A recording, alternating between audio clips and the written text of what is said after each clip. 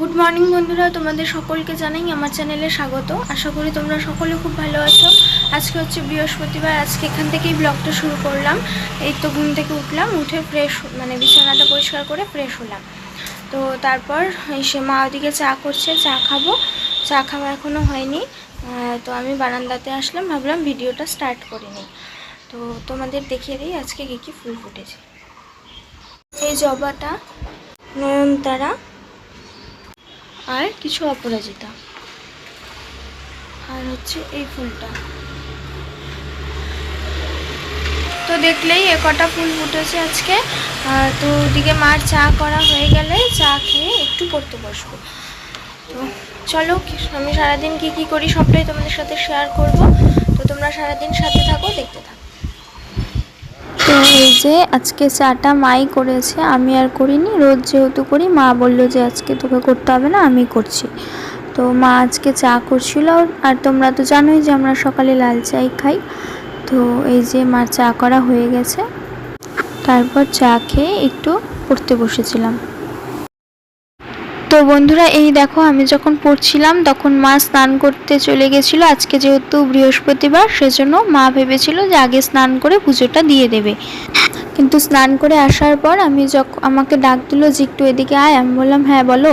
তখন এসে দেখি মা সমস্ত ঠাকুরের জায়গা পরিষ্কার করার জন্য সমস্ত কিছু সরিয়েছে। ওখানে যেখানে ঠাকুর ছিল সেখানের সব ওই ছোট ছোট টুলগুলোকে সরিয়ে ওগুলোকে ধুলো, কাপড়গুলোকে ভালো করে ধুয়ে নিল। যে কাপড়গুলোর উপরে ঠাকুর আর কি বসানো হয়েছিল সেই ঠাকুরগুলোকে ভালো করে সার্ফ দিয়ে ধুয়ে নিল। আর জায়গাটাও ভালো করে পরিষ্কার করে তারপর মুছে নিয়েছিল। তো আমাকে বলছিল যে আমি তো তোকে সব কিছু পরিষ্কার করে দিলাম, তাহলে তুই ঠাকুরটা এসে দিয়ে দে, কারণ আমি যদি এখন পুজো দিই তাহলে কাপড়গুলো শোকাবে না। তো আমি বললাম আচ্ছা ঠিক আছে। তো মা স্নান করে ঠাকুরের সমস্ত জায়গা আর ঠাকুরের কাপড় এগুলোকে ধুয়ে পরিষ্কার করে রাখলো। আর আমাকে বললো ঠাকুরটা দিয়ে দিতে, যেহেতু মা এখন পুজো দিলে কাপড়গুলো শোকাবে না, সেই জন্য। তোমাদের সাথে লাস্ট কথা হয়েছিল ওই চা খাওয়ার আগে। তো চা খেলাম, খেয়ে একটু পড়তে বসেছিলাম। তারপরে তো এখন পড়া হয়ে গেছে। মা আবার ঠাকুরের জায়গাগুলোকে পরিষ্কার করছে। ঠাকুরের কাপড়গুলোকে অনেক দিন ধরেই ধোয়া হয় না, আমিও ভাবছি ধুবো, মাও ভাবছি ধুবোই, তো এ করে আর ধোয়া হয় না। তো মাগুলোকে এখন পরিষ্কার করছে, সব কিছু ঠাকুর সরিয়ে জায়গাটাকে মুছে ওই যেখানে ঠাকুর বসানো হয় সেখানটায় সেই আর কি জায়গাটাকে ভালো করে পরিষ্কার করে কাপড়গুলোকে ধুয়ে দিল। তো মা বলছে যে তুই আগে তাড়াতাড়ি ফটাফট স্নান করে আয়, ততক্ষণে কাপড়গুলো শুকিয়ে যাক, তারপর তুই স্নান করে এসে পুজোটা দিয়ে দে। তো মা দিত পুজো, কিন্তু মা এখন কাপড়গুলোকে যেহেতু ধুয়ে দিয়েছে, এবার মা পুজো দেওয়ার সময় তো কাপড়গুলো শোকাবে না, তো সেগুলো পাতাও যাবে না। তারপর ঠাকুরের আসনটা ওটাও পাতা যাবে না, সেজন্য মা বললো যে আমি সব রেডি করে দিচ্ছি, ধুয়ে দিচ্ছি, তুই স্নানটা করে আয়। তো চলো আমি এখন আগে স্নানটা করে আসি, এসে তারপর পুজো দেই। তো তোমরা দেখতে থাকো। তো বন্ধুরা, স্নান করে সোজা ঠাকুরের এখানে চলে এসেছিলাম, কারণ আজকে তো তোমরা জানোই যে মা সব কিছু ভালো করে ধুয়ে পরিষ্কার করেছে। তার জন্য সব কিছু গোছাতে হবে সেই প্রথম থেকে, কারণ কোনো কিছুই গোছানো নেই। তাই স্নান করার পর আর লেট না করে সোজা এখানে চলে এসেছিলাম। তো তোমরা এটা দেখে হয়তো ভাবছো যে এই সাইডে কেন আমি এই টুলটা পাচ্ছি, কারণ আমরা আগে থেকেই জানতাম যে এরকম শিব ঠাকুর আর বজরংবলীকে একসাথে লক্ষ্মী ঠাকুরের ঠাকুরদের সাথে রাখতে হয় না, ওদের দুজনকে আলাদা রাখতে হয়। কিন্তু আমরা আলাদা আলাদা করব ভেবে আর করা হচ্ছিল না। ওই লক্ষ্মী ঠাকুরের পাশেই শিব ঠাকুর আর বজরংবলীকে পাতা ছিল। তো আজকে মা যখন পরিষ্কার করলো তখন বলল যে ঠাকুর দুটোকে এই সাইডটাতে রাখি আর লক্ষ্মী ঠাকুরকে ওই সাইডটাতে রাখি। আমি বললাম হ্যাঁ তাহলে রাখো। আমরা অনেক দিন ধরেই ভাবছিলাম শিব ঠাকুর আর বজরংবলীকে আলাদা রাখবো, একটু সরিয়ে রাখবো এই সাইডে, কিন্তু আর হয়ে উঠছিল না। ঠাকুরের জায়গা তো ওভাবে সময় না নিয়ে পরিষ্কারও করা যায় না, অনেকটাই সময় লাগে, আর ভালো করে গুছিয়ে সব কিছু করতে হয়। ওভাবে হাফ হাফ করে তো আর হয় না, ঠাকুরের জায়গা ভালো করে করতে হয়। তো করব ভেবে আমরা আর করতেই পারছিলাম না। তো আজকে যেহেতু মা জায়গাটা পরিষ্কার করলো, সব কিছু সরিয়েছে, তার জন্য মা বলল যে আজকেই তাহলে আমি এই দুটো ঠাকুরকে আর কি এই সাইডটাতে সরিয়ে রাখি আর লক্ষ্মী ঠাকুরকে ওই জায়গায় রাখি। আমি বললাম হ্যাঁ রাখো। তাই মা সব কিছুকে ভালো করে ধুয়ে আমার রেডি করে রেখেছিল, আমার জন্য সব কিছুই রেডি ছিল। কাপড়গুলো খালি আমি স্নান করে এসে কাপড়গুলোকে নিয়ে আসলাম, আর বাকি সব কিছু ফুল তোলা, ঘটিতে জল রাখা সব কিছু মাই করে রেখেছিল। ওই যে বললাম মা আজকে ভেবেছিল মাই ঠাকুর দেবে, কিন্তু আমাকে পরে বললো যে আমি সব কিছু পরিষ্কার করে দিই, ভেজা কাপড় তো পাতা যাবে না ওখানে, তো তুই স্নান করতে করতে কাপড়গুলো যেহেতু ছোট ছোট আর পাতলা, সেজন্য তুই স্নান করতে করতে শুকিয়ে যাবে, তো তুই স্নান করেই পুজোটা আজকে দিয়ে দে। আমি বললাম আচ্ছা ঠিক আছে। তো এই করেই আমি আসলাম স্নান করে ঠাকুর দিতে। তো আজকে যেহেতু বৃহস্পতিবার ছিল, অনেক কাজই ছিল লক্ষ্মী ঠাকুরের এখানে, তাই প্রথমে ফটোটাকে ভালো করে মুছে পরিষ্কার করে সিঁদুরের ফোঁটা দিয়ে নারায়ণের পায়ে তুলসী পাতা দিয়ে, চন্দন তুলসী পাতা একসাথে দিয়ে তারপর আমি ঘরটাকে বসিয়ে নিলাম।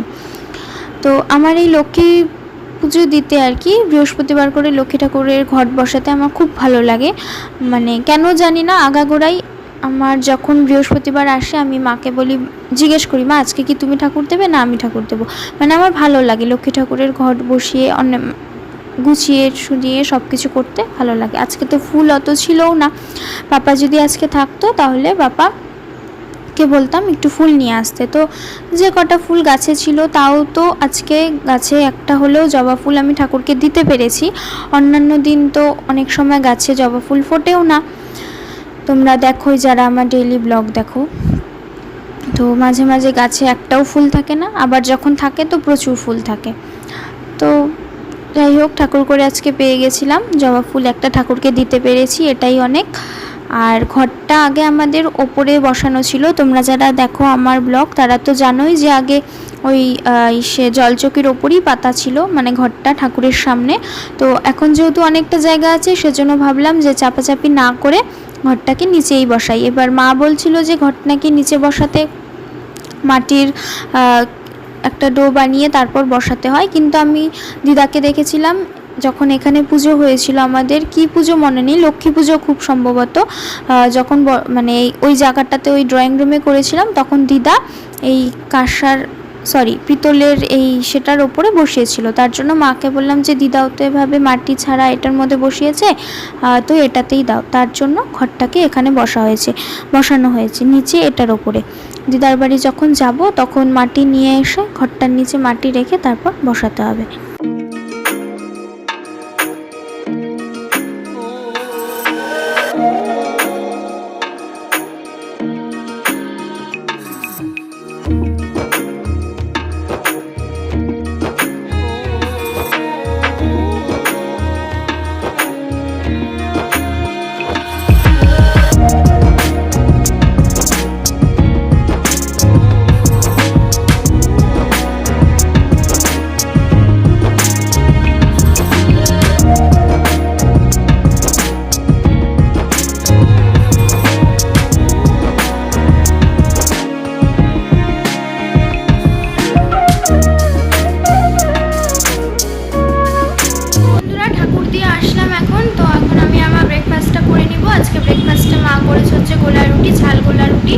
এটার থেকে আমার বেশি মিষ্টি গোলা রুটিটা ভালো লাগে, মার আবার মিষ্টি গোলা রুটি ভালো লাগে না, তো রোজই তো মিষ্টি গোলা রুটিই খাই।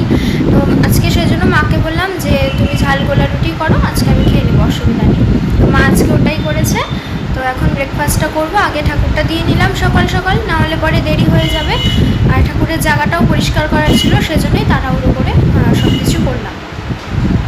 তো এরকম না, মানে ঠাকুরের কথা বলছি না, ঘরের যে কোনো জিনিস সব সময় যেখানে থাকে সেখান থেকে সরালে আর কি কিছুদিন পর পর মানে জায়গাটা পাল্টালে পরে কিন্তু ভালো লাগে দেখতে। চলো অনেক কথা বলে ফেললাম, এখন আমরা ব্রেকফাস্টটা করে নেই, করে তারপর আমাকে এডিটও করতে হবে।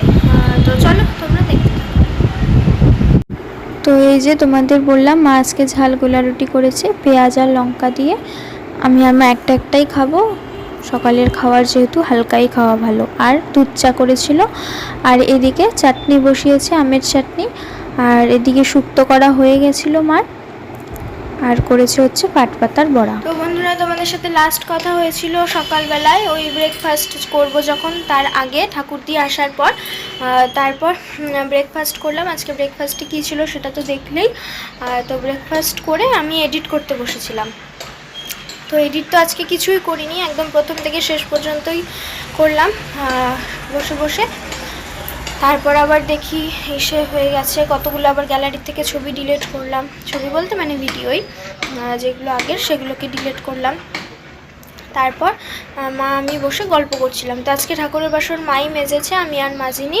মা ঠাকুরের বাসন মাজতে গিয়ে ওই ধূপটিটাকে মাজতে গিয়ে ধূপটির যে হ্যান্ডেলটা ওটা দিয়ে হাতের বুড়ো আঙ্গুলের মানে এই যে এই জায়গাটা যে আছে এই জায়গাটা কেটে গেছে, অনেকটা কেটেছে, লাল মাংস বেরিয়ে গেছে।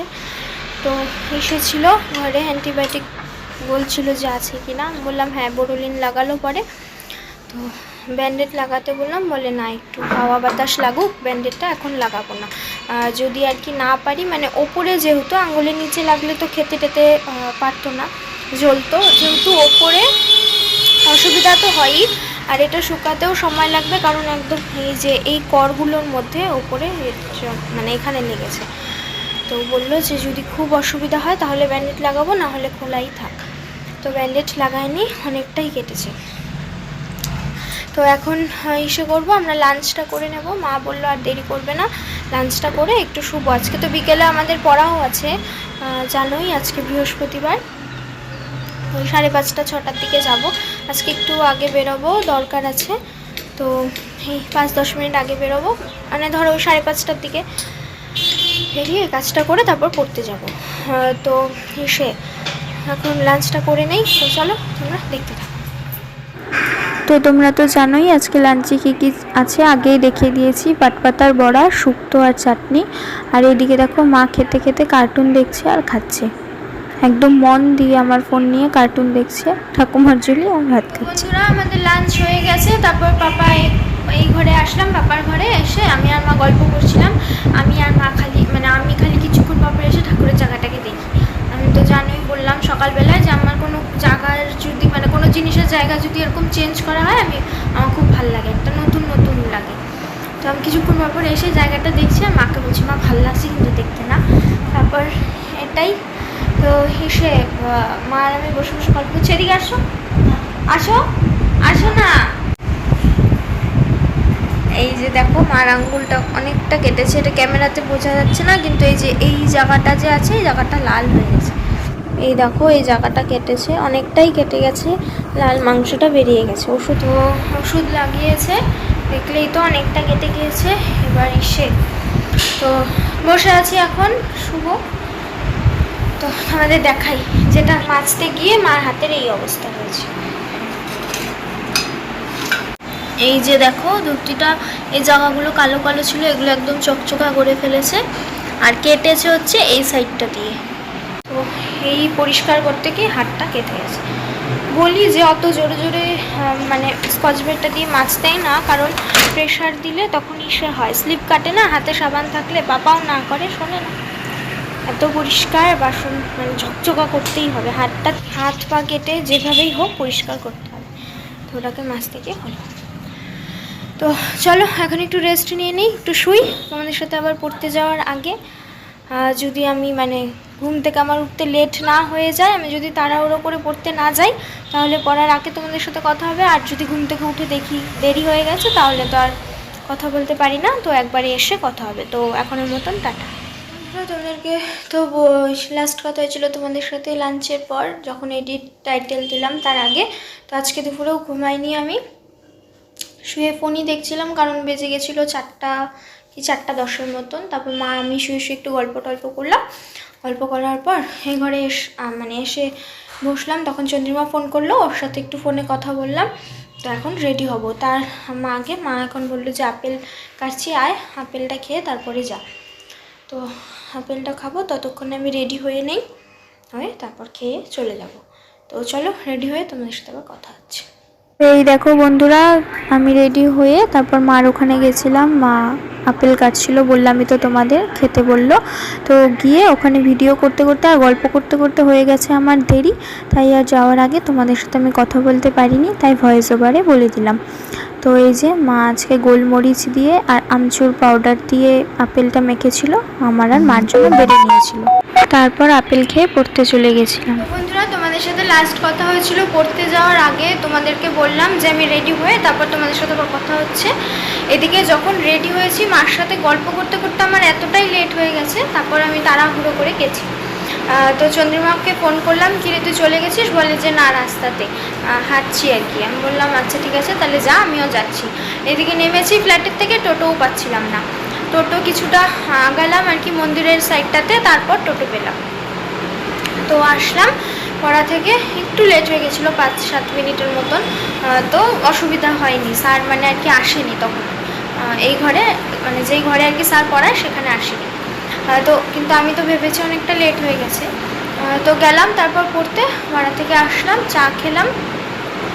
খুব খিদে পেয়েছিল, মাকে বললাম, মানে খুব খিদে পেয়েছিল বলতে মানে ওই খিদে না, ওই কিছু অন্য মানে কি বলবো, চাউমিন মোমো এগুলো আর কি খাওয়ার খিদে পেয়েছিল। তারপর কেক টেক এগুলো, তারপর মা আমাকে বললো যে কেক তো আছে খা। আমি বললাম মা কেক নিয়ে আসবো? মা বলে যে কেক তো ওদিনই এনেছি, খা, আছে ঘরে। তারপর কেক দিয়ে চা খেলাম, তারপর শান্তি হলো। মানে খিদে না, ওই যে আজে বাজে জিনিস খাওয়ার খিদে আর কি। ওকে, এই ঘরে আসলাম, এখন একটু লেখা আছে সেগুলোকে লিখবো। তো আজকে আর ভিডিওটাকে বড় করছি না, ওই এখন আমার তোমাদের সাথে কিছু শেয়ার করারও নেই, কোথাও যাচ্ছিও না, কেউ আসেও নি। তো আমি ওই লেখার পরে ডিনার করে শুয়ে পড়বো। ও তোমাদেরকে একটা জিনিস বলতে ভুলে গেছি, আমাদের ফ্লোরের একটা দাদার বিয়ে আছে, তো তোমাদের মানে কার্ড দিয়ে গেছে আর কি, তোমাদেরকে সেটা বলতেই ভুলে গেছি। নিমন্ত্রণ হচ্ছে মার জল ভরা, মানে শনিবার বিকেলবেলায়, রবিবার আবার সকালবেলায়, আর হচ্ছে বিয়ে মানে বউ ভাত, ভুল বললাম, বউ ভাত হচ্ছে 30 তারিখে, 28 তারিখ হচ্ছে বিয়ে। হ্যাঁ, শনিবারে বিকেলে জল ভরা আর রোববারে সকালে জল ভরতে যাওয়ার নিমন্ত্রণ আছে। আবার আমাকে ওই আঙ্কেলটা বলেছে বরযাত্রীও যেতে, অনেকবার বলেছে, নিচে দেখা যতবার হয়েছে ততবারই বলেছে। যেদিন এসেছে নিমন্ত্রণ করতে সেদিনও বলেছে। তো এত দূর মানে বিয়ে হচ্ছে দিনহাটাতে, তো এখান থেকে মিনিমাম যেতে 1-1.5 ঘন্টা তো লাগবেই। তো আমার তো হয়তো যাওয়া হবে না, জানি না, তবে খুব সম্ভবত আমি যেতে পারবো না। তো বলে মানে আমি বলেছিলাম আঙ্কেলটাকে যে আঙ্কেল আমার হয়তো হবে না, বলে কি না না কোনো অসুবিধা হবে না, চিন্তার কোনো ব্যাপার নেই, অনেকবার করে বলেছে যেতে, এখন দেখি কি হয়। তো তোমাদেরকে সেটা বলতে ভুলে গেছিলাম। আজকে তো শুক্রবারই, কালকে হচ্ছে বিকেলবেলা আর কি জল ভরতে যাবে মা। তো আমি যাই কিনা জানি না, এখনও ঠিক নেই সেটা যাওয়ার। মা তো যাবে বিকেলবেলায়, আর রোববারেও যাবে। আর সে হচ্ছে কি বলে, আর বিয়ের দিন যে হলুদ কোটা হবে সেটা আমাদের ফ্ল্যাটের ছাদেই হবে। তো ওই দিন আর কি খাওয়া দাওয়া সব ওপরেই সবার, তো এটা বলতে ভুলে গেছিলাম। তো এটাই বলার ছিল। দাঁড়াও তোমাদেরকে একবার কার্ডটা দেখিয়ে দেবো।